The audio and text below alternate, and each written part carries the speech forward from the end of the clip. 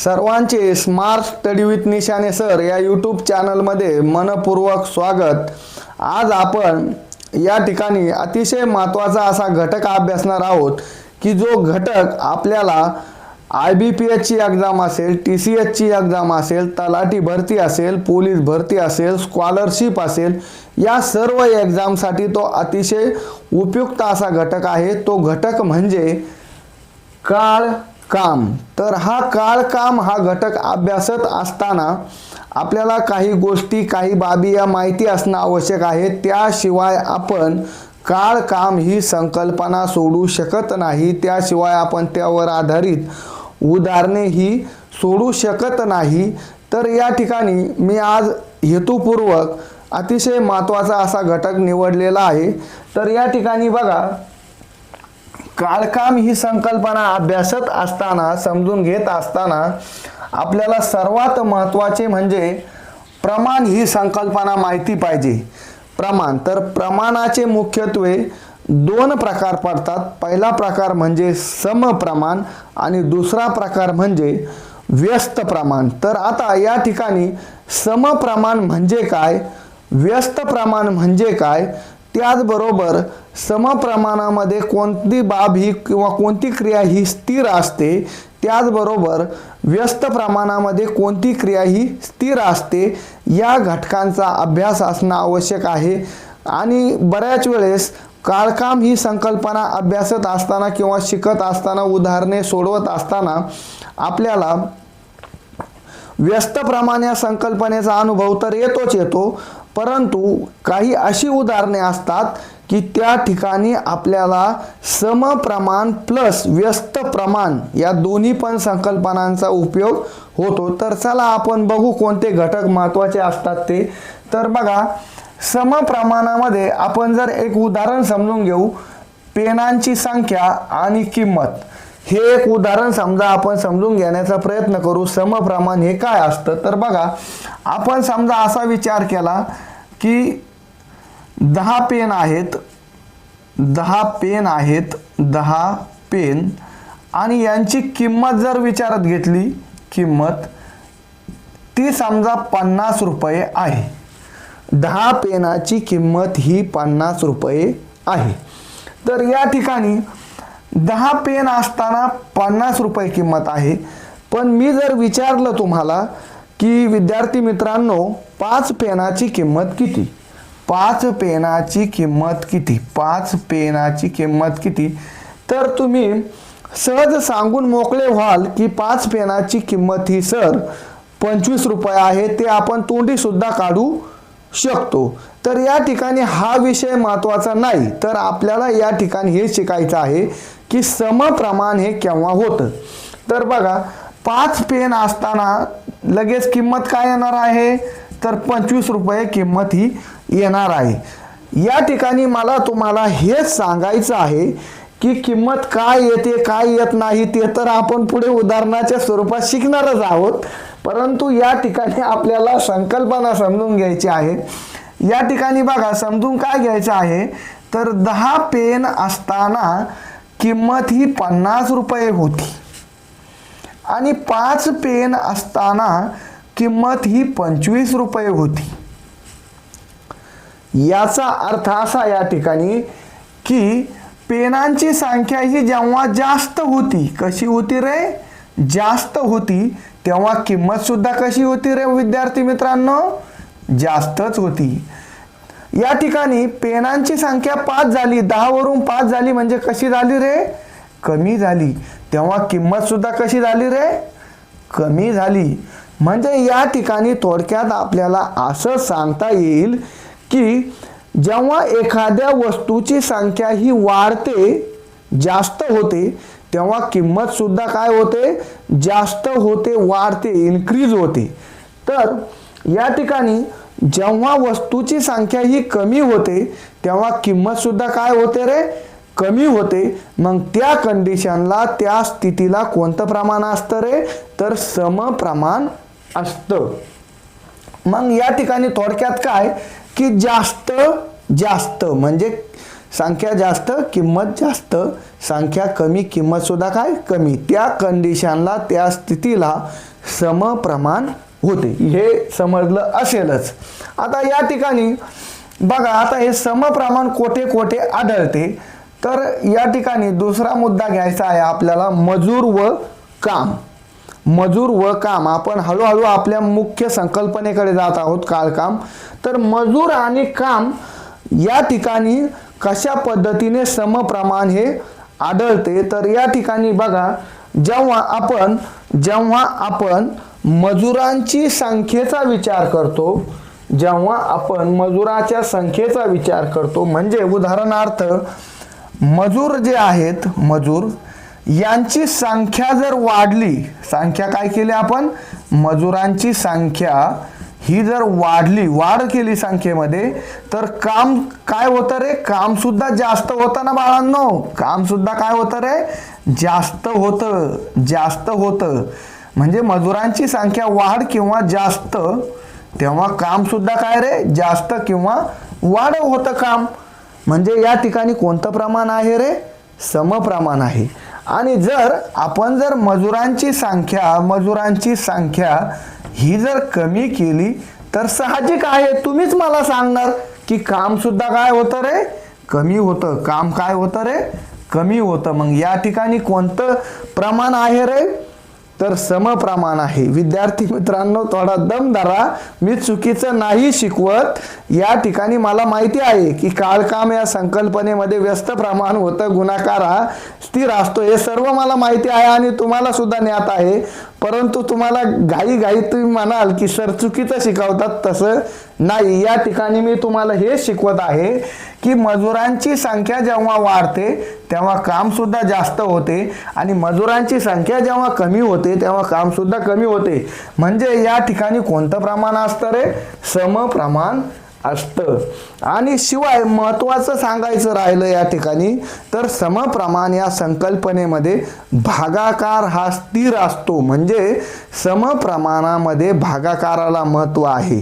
तर बघा, या ठिकाणी तुम्हाला थोडंसं ॲडव्हान्स नॉलेज देऊन जातो, जीकेचं ज्ञान म्हणून समजा। तर या ठिकाणी पुरवठ्याचा जो अर्थशास्त्रामध्ये नियम आहे, पुरवठ्याच्या नियमामध्ये सांगितलं जातं की किंमत जेव्हा वाढते तेव्हा वस्तूची किंमत जेव्हा वाढते तेव्हा पुरवठा हा वाढतो, म्हणजे पुरवठा हा सुद्धा पुरवठादार मार्केटमध्ये वाढवतात। आणि जेव्हा वस्तूची किंमत ही कमी होते, काय होते रे, कमी होते, तेव्हा पुरवठा हा सुद्धा वस्तूचा कमी करतात। हे जीकेचं ज्ञान म्हणून ध्यानात राहू द्या। आणि या पुरवठ्याच्या नियमामध्ये समप्रमाण ही संकल्पना आढळते। तर चला, असोत, पुढची संकल्पना आपल्याला अभ्यासायची आहे, ती म्हणजे व्यस्त प्रमाण। आणि व्यस्त प्रमाण या संकल्पनेचा जास्तीत जास्त वापर हा काळकाम या संकल्पनेमध्ये होतो। परंतु मी समप्रमाण ही संकल्पना का घेतली, तर काही उदाहरणामध्ये समप्रमाणाचा सुद्धा वापर होतो आणि व्यस्त प्रमाणाचा सुद्धा वापर होतो, म्हणजे मिक्स कॉम्बिनेशन असतं, मिक्स प्रमाणे असतं, म्हणून ते दोन्ही पण मी समजून सांगत आहे। या ठिकाणी आता आपल्याला व्यस्त प्रमाण समजून घ्यायचं आहे। तर व्यस्त प्रमाण या संकल्पनेचा उपयोग मुख्यत्वे काळकाम या ठिकाणी सुद्धा होतो। तर काळकाम या संकल्पनेमध्ये कशा पद्धतीने उपयोग होतो, तर व्यस्त प्रमाणामध्ये तुम्हाला माहिती आहे की गुणाकार हा काय असतो रे, स्थिर असतो। गुणाकार हा काय असतो, स्थिर असतो। आणि या ठिकाणी महत्त्वाचं समजा तुम्हाला एक उदाहरण सांगतो मी। आपण बघितलं की मजुरांची संख्या जर वाढली तर काम सुद्धा वाढत होतं, आणि मजुरांची संख्या ही कमी झाली तर काम सुद्धा काय होत होतं रे, कमी होत होतं। तर या ठिकाणी मात्र मजुरांची संख्या जी आहे, मजुरांची संख्या ही जर कमी झाली, मजुरांची संख्या काय झाली रे, जर कमी झाली, तर या ठिकाणी दिवस हे काय होतात रे, दिवस हे काय होतात, दिवस जास्त लागतात। साहजिक आहे, मजुरांची संख्या कमी केली म्हणजे दिवस हे नक्कीच जास्त लागणार एखादं काम पूर्ण करण्यासाठी। त्याचप्रमाणे मजुरांची संख्या ही जर वाढली, वाढली तर काय होतं रे, दिवस सुद्धा कमी लागतात. दिवस जास्त नाही लागणार या ठिकाणी, दिवस सुद्धा कमी लागतात. मजुरांची संख्याची वाढ, दिवस कमी. दिवस कमी म्हणजे काम करण्यासाठी दिवस हे कमी लागतात. मजुरांची संख्या ही जेव्हा कमी होते तेव्हा दिवस हे जास्त लागतात. तर मजुरांची संख्या ही जेव्हा वाढते तेव्हा दिवस हे काय होतात रे, कमी लागतात. म्हणजे या ठिकाणी वाक्यामध्येच व्यस्त आहे. एकमेकाच्या ते दिवस आणि कामगाराची संख्या किंवा मजुराची संख्या यामध्ये काय आहे, ते व्यस्त आहेत. काय आहेत, व्यस्त आहेत. म्हणून या व्यस्त प्रमाण असतं कालकाम मध्ये. आणि शिवाय या ठिकाणी व्यस्त प्रमाण असून त्यामध्ये गुणाकार हा स्थिर असतो. काय असतो, गुणाकार हा स्थिर असतो. गुणाकाराला व्यस्त प्रमाणामध्ये महत्त्व आहे. त्यानंतर बघा पुढचा अजून एक मुद्दा मला सांगायचा आहे. व्यस्त प्रमाण आणखी कुठे असतं, तर वेग आणि वेळ. जो काही स्टँडर्ड फॉर्म्युला आहे, अंतर बरोबर वेग गुणिले वेळ, हा जो स्टँडर्ड फॉर्म्युला आहे, तर या ठिकाणी वेग आणि वेळ यांच्यामध्ये गुणाकार हा स्थिर असतो. वेग आणि वेळ मध्ये व्यस्त प्रमाण असतं. तर कसं, तर सांगतो बघा. जेव्हा एखाद्या गाडीचा वेग हा वाढवला जातो तेव्हा एखादं अंतर कापण्यासाठी वेळ हा काय लागतो रे, कमी लागतो. वेळ हा काय लागतो रे, कमी लागतो. उलट एखाद्या गाडीला एखादं अंतर पार करण्यासाठी वेळ हा जर जास्त दिला तर ती गाडी हळूहळू सुद्धा ते अंतर पूर्ण करू शकते. म्हणजे थोडक्यात कमी वेगाने सुद्धा एखादं अंतर हे पूर्ण करू शकते. म्हणून या ठिकाणी वेग आणि वेळ ह्या ज्या संकल्पना आहेत ह्या एकमेकाच्या व्यस्त असतात. म्हणून यांच्यामध्ये गुणाकाराचं चिन्ह येतं. लक्षात आलं का? या उलट गाडीचा वेग हा जर वाढला तर नक्कीच अंतर सुद्धा जास्त कापलं जाईल की नाही, नक्कीच अंतर हे सुद्धा जास्त कापलं जाईल. आणि एखाद्या गाडीला तुम्ही वेळ हा जर जास्त दिला तर ती नक्कीच अंतर सुद्धा जास्त कापेल ना.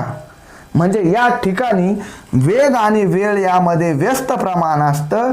तर अंतर आणि वेग यांच्यामध्ये समप्रमाण असतं. वेळ आणि अंतर यांच्यामध्ये सुद्धा समप्रमाण असतं. कारण वेळ हा जर जास्त दिला तर ती नक्कीच जास्त अंतर कापणार आहे आणि वेग हा सुद्धा तिला जर जादा दिला तर ती जास्तच अंतर कापणार आहे. म्हणून या ठिकाणी समप्रमाण असतं. बघा आता पुढचा मुद्दा मला सांगायचा आहे तो म्हणजे मागणीचा नियम. अर्थशास्त्रामध्ये मागणीचा नियम आहे. ज्याप्रमाणे पुरवठ्याच्या नियमामध्ये समप्रमाण आढळतं त्याचप्रमाणे मागणीच्या नियमामध्ये व्यस्त प्रमाण आढळून येतं. तर कसं, तर बघा मागणीचा नियम काय सांगतो की किंमत ही जर वाढली तर मागणी कमी होते, ग्राहकी वस्तूला कमी होते. आणि जर किंमत ही जर कमी झाली तर वस्तूची मागणी ही काय होते रे, वाढते. साहजिक आहे. आपणच म्हणू की साखरेची किंमत आता कमी झालेली आहे, जास्त खरेदी करून घ्या 10-5 किलो. तर या ठिकाणी सांगायचा भाग असा की जे काही मागणीचा नियम आहे त्यामध्ये व्यस्त प्रमाण हे आढळतं. जीकेचा भाग म्हणून लक्षात ठेवा. तर दुसरा महत्त्वाचा भाग आहे तो म्हणजे आता आपण या ठिकाणी समप्रमाण काय असतं, व्यस्त प्रमाण काय असतं आणि कोठे कोठे आढळतं याचा अभ्यास आपण केलेला आहे, उहापोहा केलेला आहे. या ठिकाणी आपल्याला आता कामाची या घटकावर आधारित उदाहरणे सोडत असताना या ठिकाणी दुसरा महत्त्वाचा घटक अभ्यासायचा आहे तो म्हणजे लासावी किंवा काम. तर आपल्याला बऱ्याच वेळेस प्रश्न पडतो की लासावी हा महत्त्वाचा असतो. लासावी काढण्याच्या ट्रिक आहेत, ते घेतो मी कशा पद्धतीने काढायची.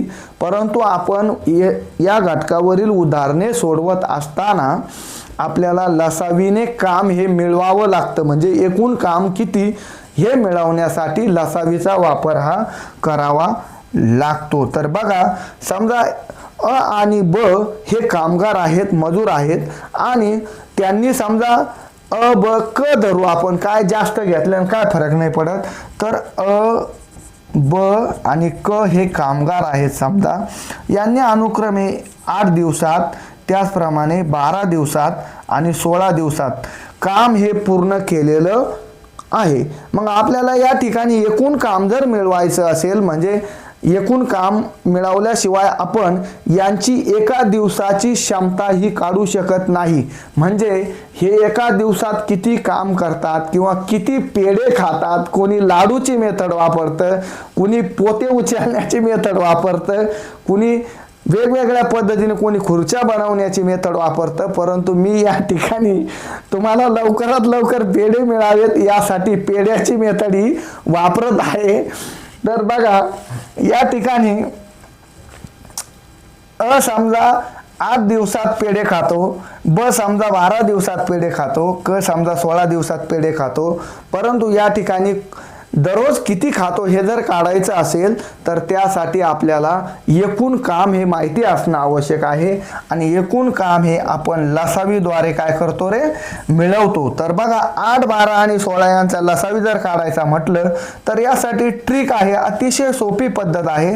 या ठिकाणी 16 ही मोठी संख्या आहे, या संख्येचा पाढा लिहायचा, लिहित बसायचा नाही. आपण काय एवढे मागे नाही स्पर्धा परीक्षा देतो म्हणजे. या ठिकाणी 16 1 16, 16 2 32. बघा 8 ने 16 ला भाग जातो परंतु 12 ने जात नाही. 16 2 32, 32 ला 8 ने जातो परंतु 12 ने जात नाही. आपल्याला अशी संख्या पाहिजे की या तिन्हीने पण त्या संख्येला भाग हा गेला पाहिजे आणि 16चाच पाढा म्हणत जायचा आहे पुढं. 16 1 16, 16 2 32, 16 3 48. 48 ला बघा आता 16 ने जातो, 8 ने जातो आणि 12 ने सुद्धा जातो. मग या सर्वांचा LCM किंवा लसावी किती आला रे, 48. आणि हे झालं, याला म्हणतात एकूण काम. एकूण काम. आणि तुम्हाला जर म्हटलं की आजची क्षमता काढा, एका दिवसाचं काम काढा, तर आपण काय करणार आहे, या 48 ला 8 ने भागणार आणि 8 सक 48. मास्तर एका दिवसात हा 6 काम करतो, 6 पेढे खातो. बरं ब चा काढा, 12 चोक 48, 12 चोक 48. तर ब हा एका दिवसात 4 पेढे खातो. त्याचप्रमाणे क चा काढा, तर या ठिकाणी 16 त्रिक 48, क हा एका दिवसात 3 पेढे खातो. अशा पद्धतीने आपण काम हे दररोजचं काम हे मिळवू शकतो. ओके, चला हे समजलं असेल. आता पुढे बघू काय मुद्दा आहे आपला तो. त्यानंतर तुम्हाला मी एका शॉर्ट व्हिडिओमध्ये बोललो होतो की MDLW हा मसाला काय आहे आणि हा कशा पद्धतीने समजून घ्यायचा, ते मी तुम्हाला बोललो होतो की मी डिटेल व्हिडिओमध्ये तुम्हाला समजून देईल. तर बघा डिटेल व्हिडिओमध्ये आता आपल्याला हे समजून घ्यायचं आहे. तर MDL M1 D1 H1 आणि W1 मी मागाशी बोललो होतो की मिक्स प्रमाण हे येत असतं. उदाहरणामध्ये मिश्र स्वरूपाचं प्रमाण हे येत असतं. तर या ठिकाणी मिश्र स्वरूपाचं प्रमाण आहे. बघा आता M म्हणजे याला माणसे म्हणा, मॅन म्हणा, D म्हणजे डेज म्हणा, दिवस म्हणा, H म्हणजे तास म्हणा, हवर म्हणा, आणि या ठिकाणी W1 म्हणजे काम. तर हे 1 वगैरे हे नंतर, याचा काही इश्यू नाही, हे जास्त डोक्यात घ्यायचं नाही. तर समजून घ्यायचा भाग काय आहे ते बघा. तर माणसे जी आहेत, माणसे ही जर वाढवली तर काम सुद्धा काय होतं रे, वाढतं. काय होतं, वाढतं. आणि म्हणजे कोणतं प्रमाण येतं, समप्रमाण येतं. आणि समप्रमाणामध्ये भागाकार हा स्थिर असतो. म्हणून माणसाला भागिले मॅनला भागिले वर्क येतं. काय येतं, वर्क येतं किंवा काम येतं. त्याचप्रमाणे दिवस हे जर वाढले तर काम सुद्धा काय होतं रे, वाढव होतं की नाही, वाढतं. काम सुद्धा वाढतं. म्हणून दिवसाला सुद्धा भागिले काय येतं रे, W येतो, वर्क येतं, कार्य येतं. त्याचप्रमाणे तास जर वाढवले तर कार्य सुद्धा, काम सुद्धा काय होतं रे, वाढव होतं. म्हणून तासाला सुद्धा भागिले किंवा भागिले W येतो. आणि या ठिकाणी कोणतं प्रमाण असतं रे, समप्रमाण असतं. म्हणून या MDS ला भागिलेला काय जातो रे, W जातो, काम जातं. या उलट हे गुणाकारात का जातात, तर या ठिकाणी बघा माणसं ही जर वाढवली तर दिवसे कमी लागतात आणि माणसं ही जर कमी केली तर दिवसे काय लागतात रे, जास्त लागतात. अगदी त्याचप्रमाणे माणसं ही जर वाढवली तर तासे काय लागतात रे, कमी लागतात आणि माणसं ही जर कमी केली तर तास सुद्धा काय लागतात रे, जास्त लागतात. म्हणजे MDH मध्ये व्यस्त प्रमाण असतं म्हणून या ठिकाणी असतो गुणाकार आणि MDH ला भागिले W का असतो तर हे MDH जे आहेत याला भागिले W असण्याचं कारण असं की काम आणि जे काही माणसं आहेत, दिवस आहेत, तास आहेत यांच्यामध्ये असतं समप्रमाण. म्हणून मी तुम्हाला दोन्ही संकल्पना मगाशी समजून दिल्या. तर या ठिकाणी आहे मिक्स प्रमाण आहे. आता हाच फॉर्म्युला इकडे फक्त आपल्याला प्रश्नामध्ये विचारलं जातं ना, मग इथं कुठंतरी विचारलं जातं दिवसावर दिवस काढायला विचारलं जाते किंवा तास काढायला विचारलं जाते किंवा माणसं काढायला विचारलं जाते किंवा काम काढायला विचारलं जातं. म्हणून हा दुसरा फॉर्म्युला सुद्धा वापरला जातो याच्या पुढे. ते उदाहरणामध्ये आपण समजून घेऊच, परंतु हाच फॉर्म्युला आणखी कसा फिरवला जातो बघा. तर या ठिकाणी जे काय आहे बघा, आता हा W1 आहे या ठिकाणी. हा जो W1 आहे तर इकडे जाताना येथे काय होतो रे, गुणुले होतो आणि हा जो W2 आहे हा येथे येताना काय होतो रे, गुणुलेला येतो. म्हणून असा सुद्धा फॉर्म्युला लिहिला जातो. कसा लिहिला जातो रे, तर MDHW2 म्हणजे इथं गुणुले असं सुद्धा लिहिलं जातं. म्हणजे हा जो W2 आहे इकडे गुणिलेला येतो तिरकस गुणाकारामध्ये आणि हा जो W1 आहे हा तिरकस गुणाकारामध्ये येथे काय जातो रे, गुणिलेला जातो. मग या ठिकाणी बरोबर आणखी कसं लिहिलं जातं तर M2D2 आणि H2 गुणुले हा जो काही W1 आहे तिरकस गुणाकारामुळे या ठिकाणी गुणुलेला जातो. आणि अशा पद्धतीने सुद्धा फॉर्म्युला 1 1 1 आणि हा W2 येथे बघा 2 2 2 आणि हा W1 अशा पद्धतीने सुद्धा फॉर्म्युला वापरू शकतो. तर आज आपण विद्यार्थी मित्रांनो काळकाम ही संकल्पना समजून घेतली. काळकाम ही संकल्पना समजून घेत असताना आपणास ती उदाहरणे सोडवण्यासाठी कोणकोणत्या घटकाची आवश्यकता असते याचा आपण उहापोह केला, माहितीही घेतलेली आहे. आपण पुढील लेक्चरला यावर आधारित अनेक उदाहरणे अभ्यासणार आहोत. वेगवेगळ्या प्रकारची उदाहरणे हे अभ्यासणार आहोत. मुळात हा टॉपिक खूप व्यापक आहे, परंतु आपल्याला जेवढी घेता येईल तेवढी आपण जास्तीत जास्त घेण्याचा प्रयत्न करणार आहोत. आणि या ठिकाणी शेवटी जाता जाता एवढंच म्हणतो की हिम्मत ना हार कभी योगेश्वर की साथ है, सर पर तुम्हारे श्री दादा का हाथ है.